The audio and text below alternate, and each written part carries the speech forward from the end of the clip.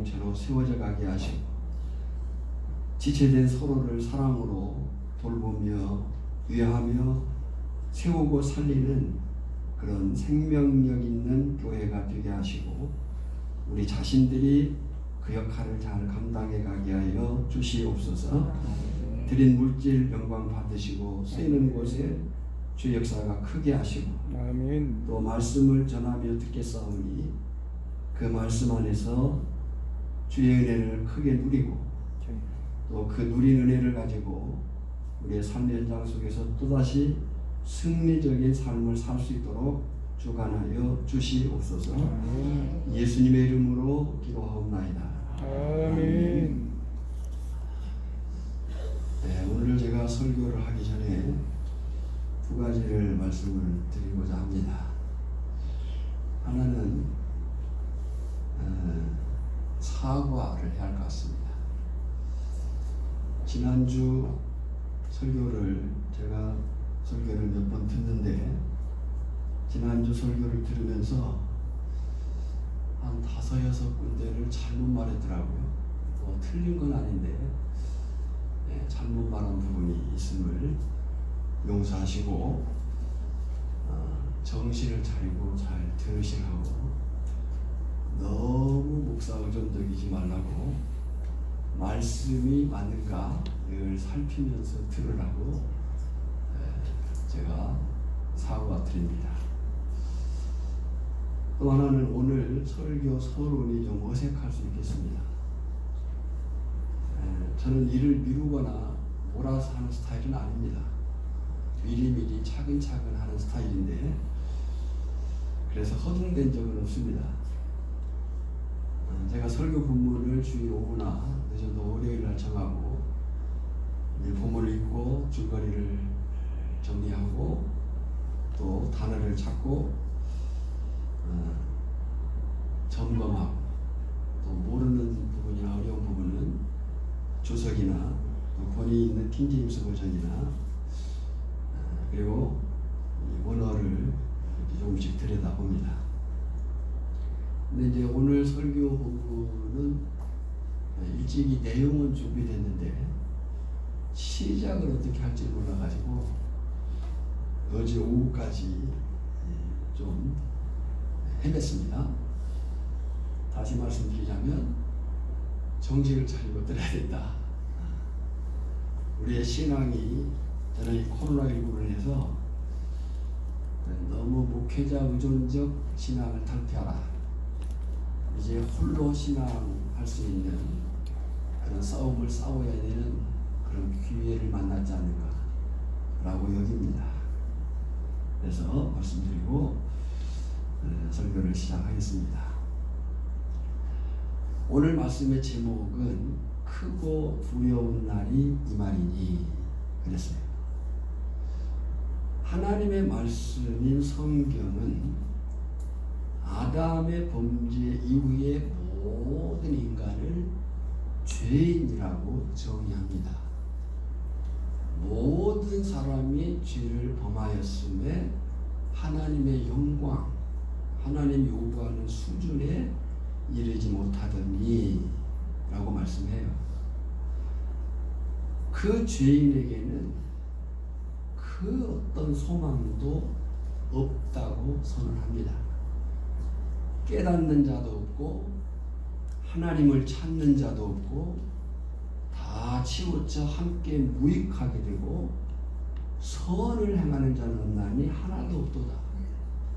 그들의 목구멍은 열린 무덤이요 그 혀로는 속임을 일삼으며 그 입술에는 독사의 독이 있고 그 입에는 저주와 악독이 가득하고 그 발은 피 흘리는데 빠른지라.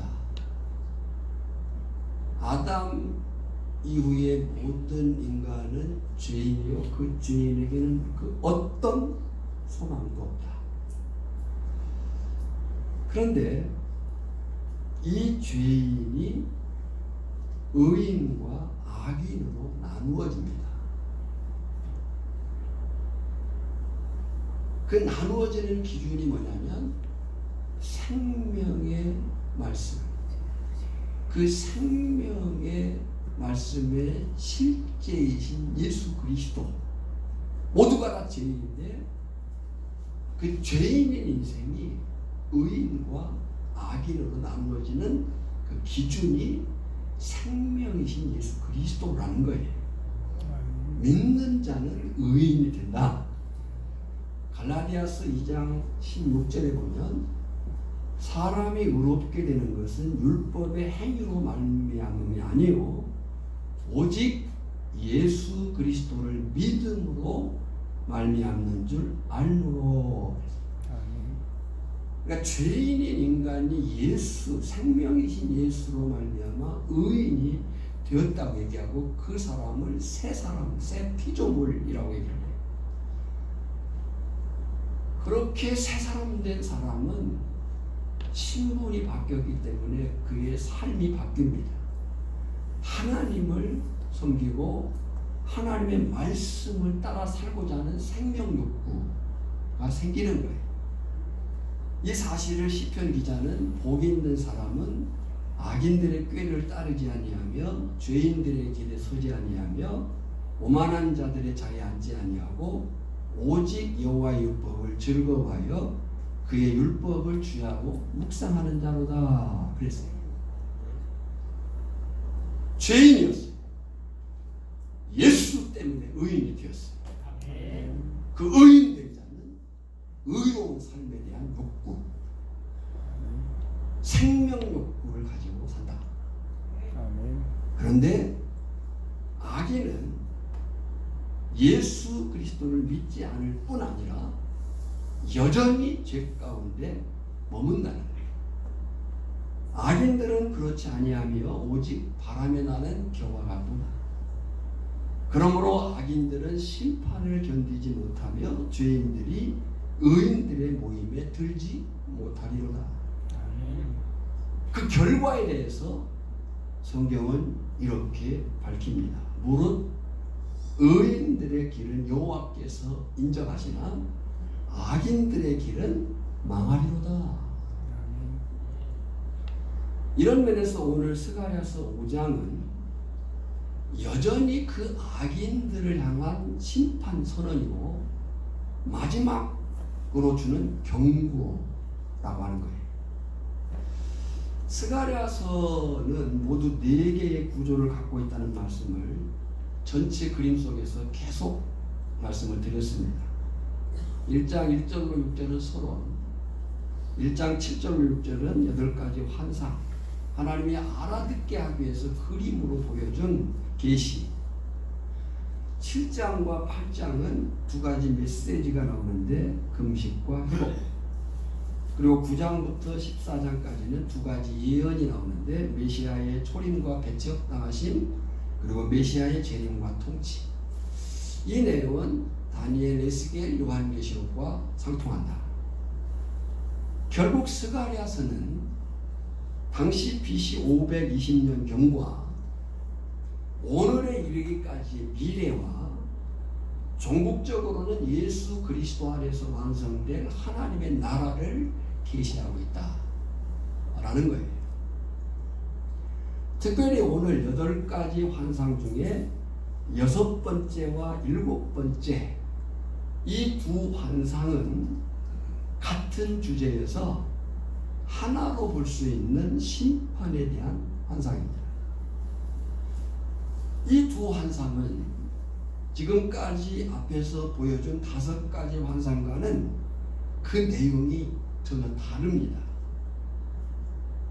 앞의 환상들은 대제사장 예수와와 수룹바벨, 영적 리더십과 정치적 리더십을 가지고 이스라엘 공동체를 이끌어가고 있는 포로교황 공동체죠. 그 포로교황 공동체를 이끌어가는 그들을 위로하고 또 온 이스라엘, 지금 성전을 짓다가 중단되어 낙심하고 있는, 절망하고 있는 온 이스라엘을 격려 위로하고 결국 성전을 재건케 하고 또 멀리는 하나님의 나라 완성을 말해주는 환상이 이 6번째와 7번째. 그동안의 5가지의 환상이었어요. 그런데 오늘 이 2가지 환상은 이스라엘의 큰 징계를 보입니다. 앞에 5가지 환상은 위로, 격려, 회복의 메시지를 줬다면 지금 여기 6번째, 5번째 이 2가지 환상은 징계. 너희가 만약 계속해서 범죄한다면, 너희가 만약 계속해서 저 가운데 머물러 있다면 모세가 말한 율법의 저주에 의해서 징계 당할 뿐만 아니라 바벨론에서의 70년 포로 생활보다 더 엄하게 징계할 것이고 끝내는 영원한 멸망에 처할 것이다. 6번째 환상인 날아가는 두루마리 환상을 보겠습니다. 1절로 4절입니다. 1절을 보면 내가 다시 눈을 들어본 즉 날아가는 두루마리가 있더라. 그가 내게 묻되 내가 무엇을 보느냐 하기로 내가 대답하되 날아가는 두루마리를 보나이다. 그 길이가 20규빗이요 너비가 10규빗이니라. 두루마리는 당시로서는 책입니다.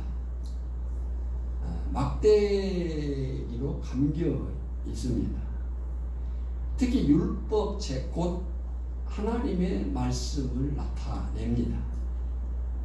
그래서 이 당시 두루마리는 들고 읽을 정도였고 막대기에 감겨 있어서 이렇게 펼칠 수 있는 책이었어요. 파피루스나 양피지로 된. 그런데 지금 스가랴가 본 두루마리는 하늘을 날아가고 있는 두루마리, 펼쳐져 있어요. 주석을 보면 하늘을 날아가고 있다는 것은 하나님의 심판이 속히 이루어질 것이기에 펼쳐져 있는데 모든 사람이 알아야 된다는 거예요. 덮여 있는 게 아니고 펼쳐져 있어요. 하나님의 심판이 신속하게 이루어질 것이니까 너희가 알아라. 더구나 길이가 20규빗이고 너비가 10규빗이라고 얘기를 했어요. 1규빗이 45.6cm 라고 할 때 912cm, 456cm. 감이 안 올 것 같은데 이 규격은 대략 축구장 크기입니다. 그러니까 축구장 크기의 두루마리가 지금 날아가고 있는 거예요. 신속하게 모든 사람이 볼 수 있게. 하나님의 심판서는 감춰진 게 아니에요. 하나님이 말씀하셨어요. 보게 하셨어요. 듣게 하셨어요. 오늘 우리에게 보게 하셔요. 듣게 하셔요. 흥미로운 것은 이스라엘 제사장들이 백성을 대신해서 하나님께 예배하러 제사하러 나갈 때에 성소에 들어갑니다. 근데 그 성소에 들어갈 때 현관을 통과해요. 그 현관을 통과하는데 그 현관 크기와 일치해요. 열왕기상 6장 3절에 보면 성전의 성소 앞 주랑, 현관이죠. 주랑의 길이는 성전의 너비와 같이 20규빗이요 그 너비는 성전 앞에서부터 10규빗이며 그랬어요. 그러니까 지금 스가랴가 본 날아가는 두루마리 펼쳐져 있는 하나님의 심판의 메시지가 모두에게 알려지고 보여주고 있는데 그 크기 규모가 성소 앞 현관 규모와 같다는 거예요. 여기서 우리가 유념할 것이 뭐냐면 그 현관에서 뭐 했는데 이거예요. 제사장들이 제사 드리러 들어갈 때 그 성소 현관에서 뭘 했냐는 거예요. 뭘 했냐면 제사장들이 거기서 하나님의 율법, 하나님의 말씀을 읽는 일을 했어요. 그러니까 저들이 예배하러 하나님께 제사하러 나가지만 자기 어떤 임무 방식의 예배와 제사를 하는 게 아니고 하나님의 말씀대로 해야 됨을 자신들과 백성들에게 읽고 읽혀준 거죠. 할렐루야. 아멘. 그러니까 스가랴가 본 것은 그냥 날아가는 이상한 양탄자가 아니에요. 하나님의 말씀입니다. 그런데 그 두루마리에 적혀있는 글이 무섭습니다.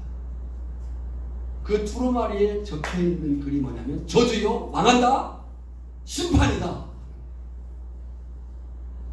3절로 4절이에요. 한번 같이 읽을까요? 시작. 그가 내게 이르되 이는 온 땅 위에 내리는 저주다. 도둑질하는 자는 그 이쪽 글대로 끊어지고 맹세하는 자는 그 저쪽 글대로 끊어지리하니 만군의 여호와께서 이르시되 내가 이것을 보냈나니 도둑의 집에도 들어가며 내 이름을 가리켜 망령되이 맹세하는 자 입에도 들어가서 그의 집에 머무르며 그 집을 나무와 돌과 돌로 사르리라 하셨느니라 하니라. 그랬어요.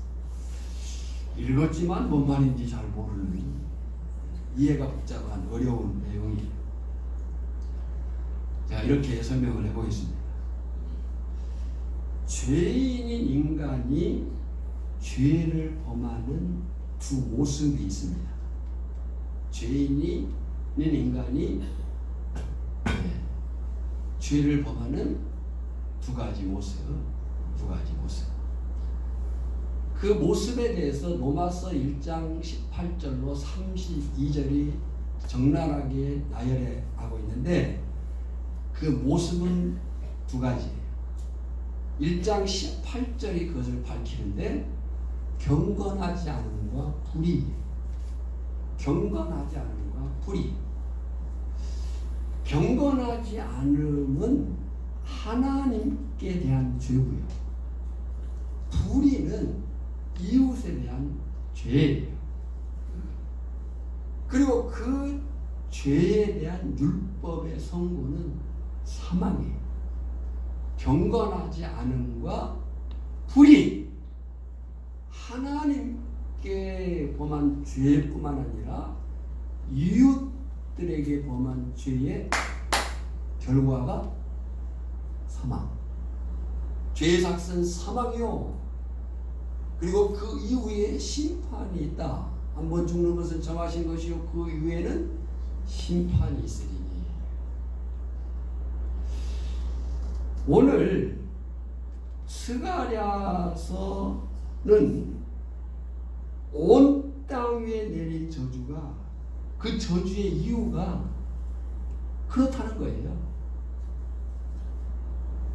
경건하지 않음, 하나님께 그들이 범죄했을 뿐만 아니라 불의,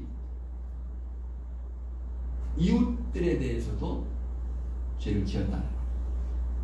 하나님의 계명, 그 하나님의 계명을 따르지 않았다는 거예요. 여기 보면 도둑질하는 자는 그 이쪽 글대로 끊어지고 그 이쪽 글이 뭐냐면 5계명부터 10계명이에요. 또 맹세하는 자는 그 저쪽 글대로 끊어지리라. 1계명부터 4계명. 그러니까 두려운 것은 끊어지고 끊어지리라. 도둑의 집에도 들어가며 맹세하는 집에도 들어가서 머무르며 살으리라. 무슨 얘기예요? 완전히 끝장내버리겠다는 거예요. 죄에 대해서 하나님이 냉정하고 단호하고 결정적인 말씀을 하는 거예요. 여러분, 죄인인 인간이 살 수 있는 길은 의인이 되는 길밖에 없어요. 근데 우리로서는 의인 될 여지가 없었어요.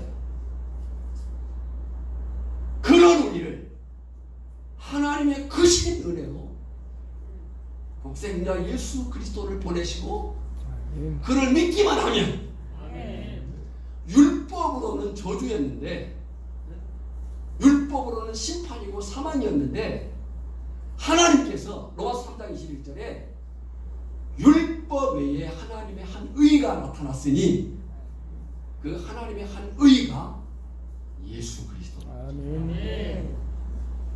그 예수 그리스도로 말미암아 의인된 우리가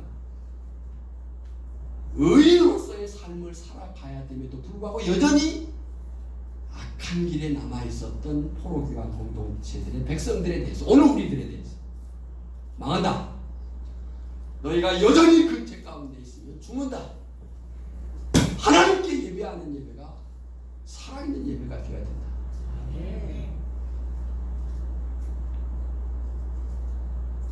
그런데 여러분, 심판의 메시지는 항상 이중성을 갖습니다. 이 말씀을 듣고 행하기만 하면 그에게는 생명과 축복이 주어지는 줄 믿습니다. 아직 기회가 있다는 거예요. 두 번째, 일곱 번째죠. 일곱 번째 환상인 에바 속 여인을 보겠습니다. 5절로 11절입니다. 지금 일곱 번째 환상도 심판과 관련된 환상입니다. 5절에 천사가 말합니다. 너는 눈을 들어 나오는 이것이 무엇인가 보라 하기로 그랬어요. 6절에 너는 이것이 뭔가 봐라 그랬는데 6절에 스가랴가 대답을 하는 것이 아니라 질문을 합니다. 모르겠다는 거죠. 보라고 해서 봤는데 그것이 뭔지 모르니까 스가랴가 질문을 해요. 내가 묻되 이것이 무엇이니까 하니 그러자 천사가 대답과 함께 설명을 합니다. 에바인이라 하시고 또 이르되 온 땅에서 그들의 모양이 이러하니라 그랬어요. 네. 정리를 해보면요, 에바는 곡식을 담거나 혹은 곡식의 양을 재는 그릇입니다.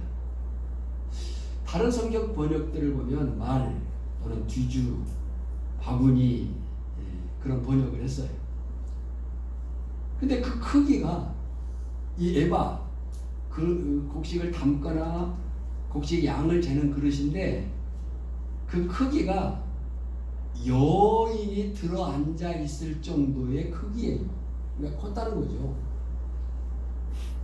근데 여기서 또 하나 정리할 것은 그들의 모양이에요. 그들의 모양. 그 모양이 원문에는 아이입니다. 아이는 눈입니다. 눈. 그들의 눈. 그러니까 그 의미가 그들의 모양, 눈, 하는 짓이 이런 얘기예요. 하는 꼬라지가 이런 얘기죠. 그들의 모양, 눈, 하는 짓이 마치 흉악한 탐심과 속임의 상징인 에바와 같다. 지금 에바를 곡식을 담거나 곡식 양을 재는 도구인데 죄를 재는 그릇인 동시에 사람들의 마음속에 있는 끝없는 욕망의 크기를 보여주는 상징으로 에바를 보여줍니다. 우리를 더 놀라게 하는 것은 그 에바 속에 한 여자가 들어있어요. 네. 그 에바 속에 한 여자가 들어있는데 동시에 납 한 조각이 입구를 덮고 있어요. 그죠? 그러니까 이 에바 속에 지금 그 모양, 그 눈짓, 그 하는 짓이 끝없는 욕망과 그 욕심을 감추고 그 에바 속에 숨어 있는데 납 조각이 덮여 있어요. 그런데 7절에 보면 이 에바 가운데는 한 여인이 앉았느니라 하니 그때에 숨어 있어요. 지금 자기 욕망과 욕심을 감추고 숨어 있습니다. 그때에 둥근 납 한 조각이 들리더라 그랬어요. 그리고 8절에 답과 처리가 있습니다. 그가 이르되 이는 악이라 하고 그 여인을 에바 속으로 던져놓고 납조각을 에바 아귀 위에 던져 덮더라 그랬어요.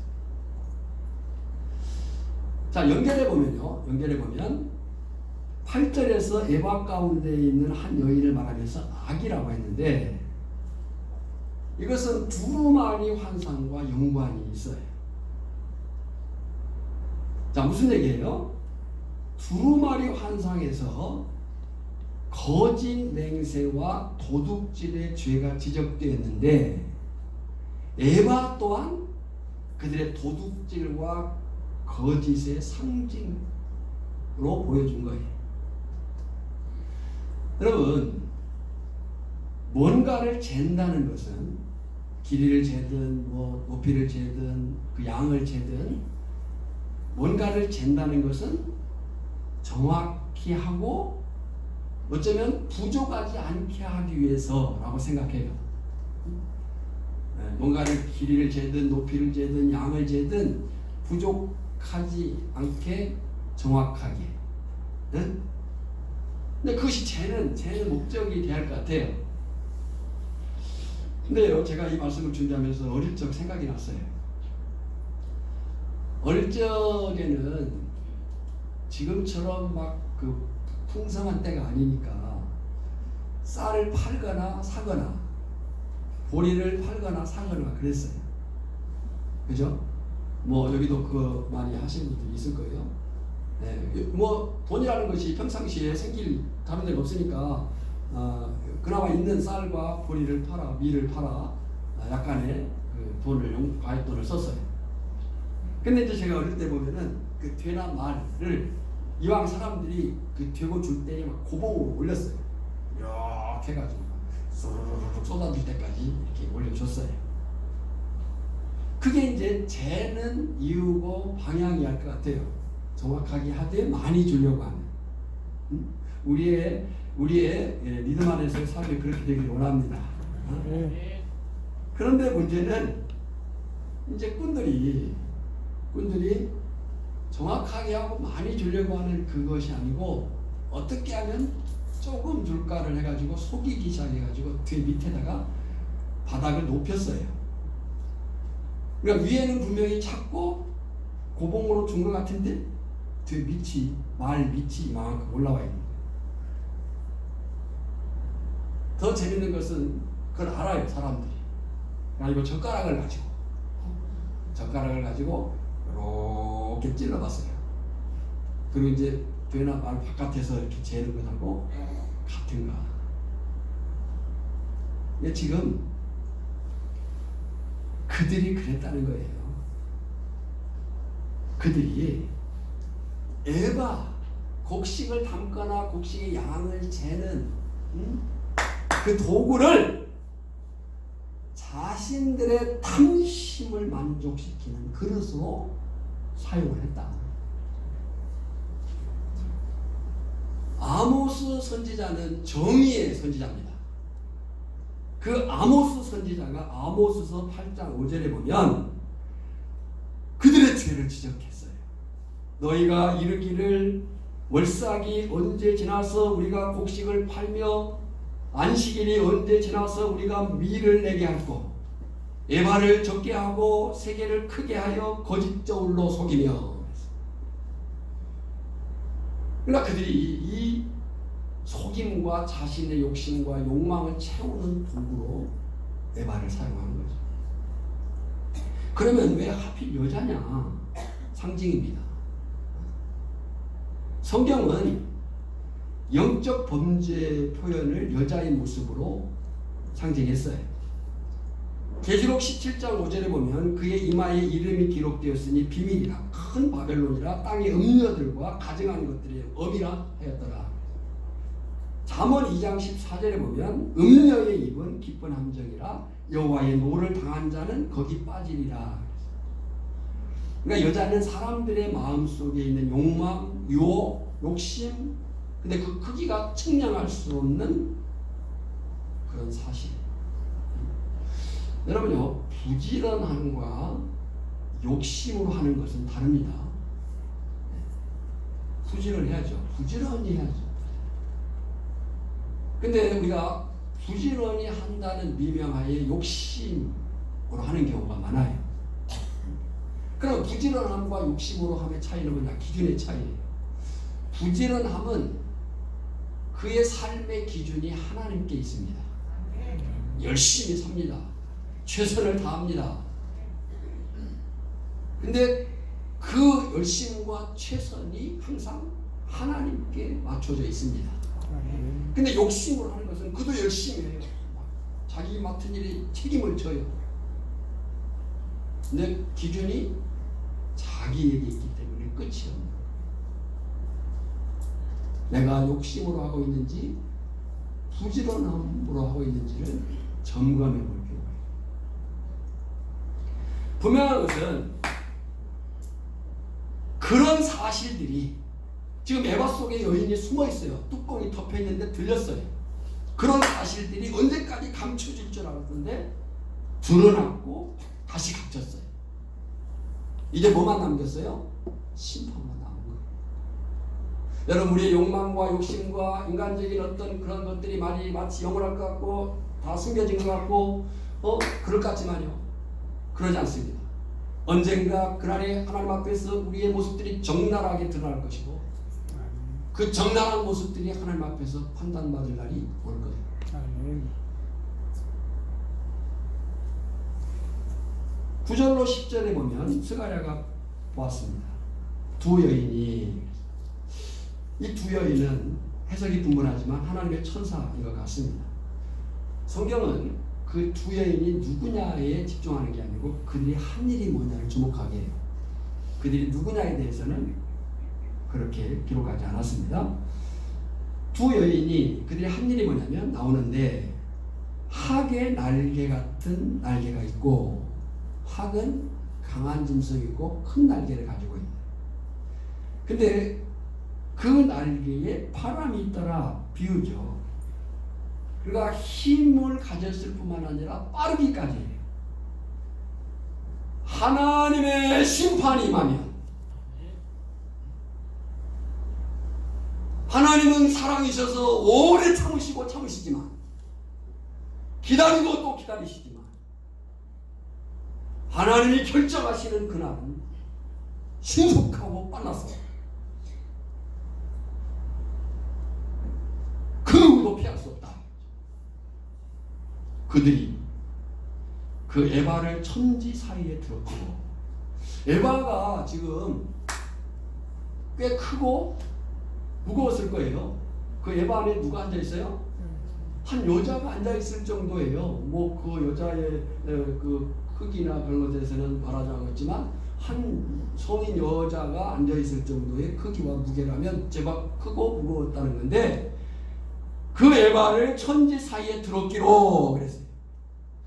여러분요, 우리가 아무리 감추고 또 감추고 또 감추고 또 묻어놓고 또 묻어놓는다 할지라도 우리 안에 있는 죄와 우리 안에 있는 악함과 우리 안에 있는 그 하나님을 향한 거짓된 것들은 반드시 들려질 거예요.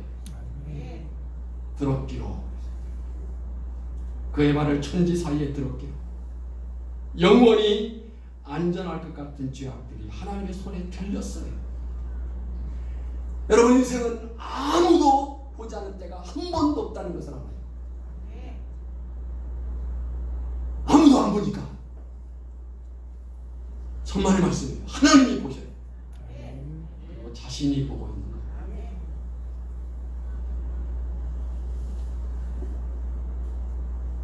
우리는 그 앞에서 살고 있는 거예요. 우리가 예수를 믿게 되었다는 거예요. 예수 안에 산다는 것은 그런 거예요. 예수 믿기 전에는 적당히도 있었어요. 감출 수도 있었어요. 뭐 저도 그러니까 나도 그렇다고 할 수도 있었어요. 근데 예수 안에 산다는 것은 이제 하나님과 나와의 관계가 이루어진 거예요. 누가 어땠느냐, 무엇이 어땠느냐가 문제가 아니에요. 하나님이 나를 어떻게 보시냐가 중요한 거예요. 감출 수도 없고 숨을 수도 없고, 그 하나님 앞에서 사는 사람들이 그리스도인인 거예요.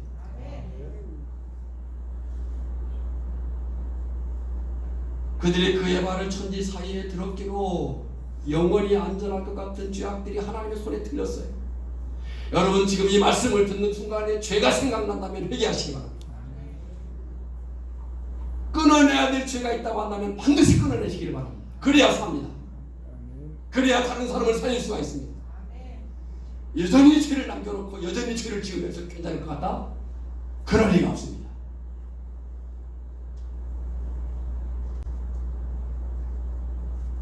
서가랴가 묻습니다. 어디로 옮기냐고. 10절에 내가 내게 말하는 천사에게 묻되 그들의 발을 어디로 옮겨가나이까? 천사가 대답을 합니다. 11절에 신할 땅으로 가서 신할 땅으로 간대요. 신할 땅이 어디입니까? 신할 땅. 신할 땅은요, 노아 홍수 심판 이후 하나님을 대적한 세력 니무롯이 건설한 첫 왕국이 있는 지역이에요. 그리고 그 신할 땅에 바벨탑을 쌓은 사건이 일어난 거예요. 그러니까 하나님이 노아 홍수를 통해서 심판하셨어요. 이제 살 길이 뭔지를 보여줬어요. 그런데 그들이 여전히 예수 믿으면 산다고, 예수 믿어야 산다고, 하나님을 믿어야 산다고, 하나님의 말씀대로 살아야 산다고 라고 그렇게 말하고 말했음에도 불구하고 여전히 자기의 죄를 감추고 예수 믿는 것처럼 흉내를 내면서 거짓을 행하고 있는 그런 삶이 있을 수 있는 거예요. 두려워하시기를 바랍니다. 하나님을 믿는 것과 하나님을 믿는 척하는 것은 다른 거예요. 사람을 속일 수 있을지 몰라도 하나님을 속일 수 없어요. 노아 홍수를 통해서 하나님이 기회를 주셨어요.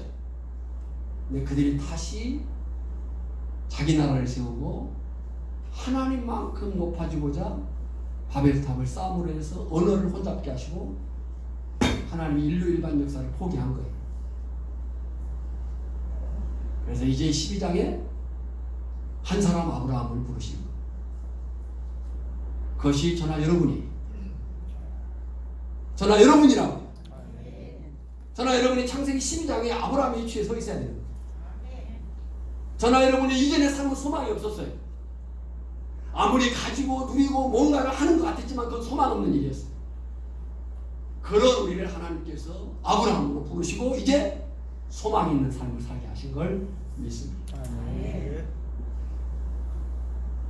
주목할 것은 하나님은 죄악의 세력을 언제까지 내버려 두지 않으시고 심판하신다는 거예요. 그래서 그 다음 말씀을 보십시오. 좀 건너뛰었습니다. 그 다음 말씀을 보면 11절 중간에 11절 중간에 보면 그것을 위하여 집을 지으려 함이니라. 준공되면 그것이 제 처소에 머물게 되리라 하더라. 여러분 기뻐하십시오. 하나님은 저나 여러분을 위해서 천국을 예비하고 계십니다. 예수님이 거처를 마련을 한다 그렇게 말씀하셨어요. 예수님이 2000년 동안 짓고 있는 집이 얼마나 아름답겠어요. 하나님은 당신의 백성들을 위해서 천국을 예비하고 계셔요. 동시에 악의 세력을 징벌할 유황불못 지옥도 마련하고 계신다. 성경은 분명히 천국과 지옥이 있음을 명확하게 얘기합니다. 그렇다면 이 6번째 두루마리 환상과 7번째 에바 속 여인 환상이 오늘을 사는 저나 여러분에게 주는 교훈이 뭐겠냐는 거예요. 네. 이 두루마리 환상과 에바 속 여인의 환상이 대체 오늘을 사는 나하고 어떤 관계가 있느냐, 어떤 메시지가 되느냐. 첫째는 우리를 향한 하나님의 요구와 약속은 변함이 없다. 따라합시다. 우리를 향한 하나님의 요구와 약속은 변함이 없다. 믿습니까? 시편 115편 11절에 보면 여호와를 경외하는 자들아 너희는 여호와를 의지하여라. 그는 너희의 도움이시여 너희의 방패시로다. 여호와를 경외하는 자들아 너희는 여호와를 의지하라. 그는 너희를 도우실 수 있는 분이요 너희의 방패시다. 하나님은 우리가 우리의 욕망을 좇는 대신에 하나님의 영광을 구하여 살면 영원한 하늘의 복으로 채워주심을 약속하시고 행하실 줄 믿습니다. 두 번째는 하나님을 반역하는 세상에서의 성공은 참된 성공이 아니다. 여러분, 오늘 성공한 사람들이 문제거든요. 성공한 사람들 때문에 나라가 시끄럽고 세상이 시끄럽고, 그 성공이 하나님 없는 성공이기 때문에 그래요. 돈 있는 사람들이 죄를 지어요. 돈 없으면 그것도 못해요. 문제는 그 성공과 그 돈에 하나님이 없는 거예요. 탐욕은 성경이 죄라고 얘기합니다. 십계명의 마지막 계명이 너의 탐심을 물리쳐라. 골로새 3장 5절에 보니까 그러므로 땅에 있는 지체를 죽이라. 곧 음란과 부정과 사욕과 악한 정욕과 탐심이니 탐심은 우상숭배니라. 여러분 각오하십시오. 각오하십시오. 아멘. 각오하십시오. 아멘. 목사의 말이지만 하나님의 말씀으로 들으시기를 바랍니다. 아멘. 예수 없는 부자보다 예수 있는 가난이 낫다. 아멘. 정말입니까? 아멘. 정말 그렇게 하시겠습니까? 아멘. 예수 없는 부자 부러워하지 마세요. 예수 모신 가난이 진짜 부자입니다. 아멘. 내 삶이 탐욕에 취해서 죄의 단맛을 즐기고 사는 행복이라고 한다면 그건 참된 행복이 아니. 어느 순간 하나님의 심판이 임할 거예요. 세 번째는 하나님과의 관계를 회복한 성도는 결코 죄악의 상태에 머물러 있어서는 안 되고 단호히 죄를 거부하며 살아가야 한다는 거예요. 예. 여러분요, 하나님의 형상대로 지음받은 인간은 하나님의 형상으로의 회복이 가장 큰 행복입니다. 아멘. 다시요.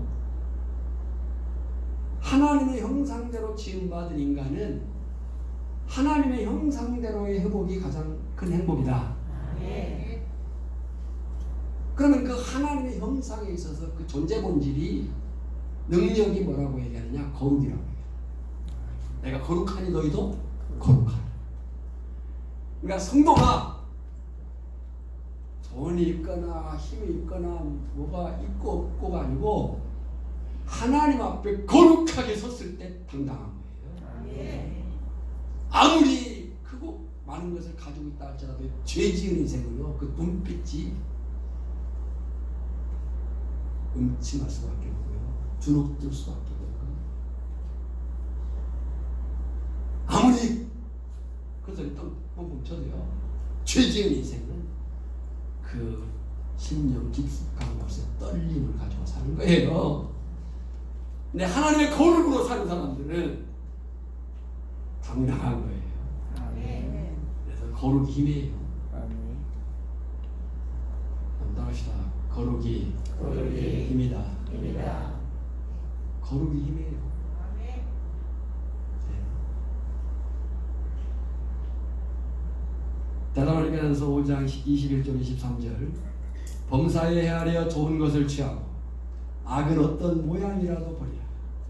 평강의 하나님이 친히 너희를 온전히 거룩하게 하시고 또 너희의 온 영과 혼과 몸이 우리 주 예수 그리스도께서 강림하실 때에 흠없게 보존되기를 원하노라. 아멘. 기도하겠습니다. 하나님, 말씀 앞에 감격하게 하시고 말씀 앞에 두려워 떨게 하시고 아멘. 그 말씀으로 나를, 내 삶을 정리하게 하시고 다시 말씀을 붙들어 사는 용기를 허락하여 주시옵소서.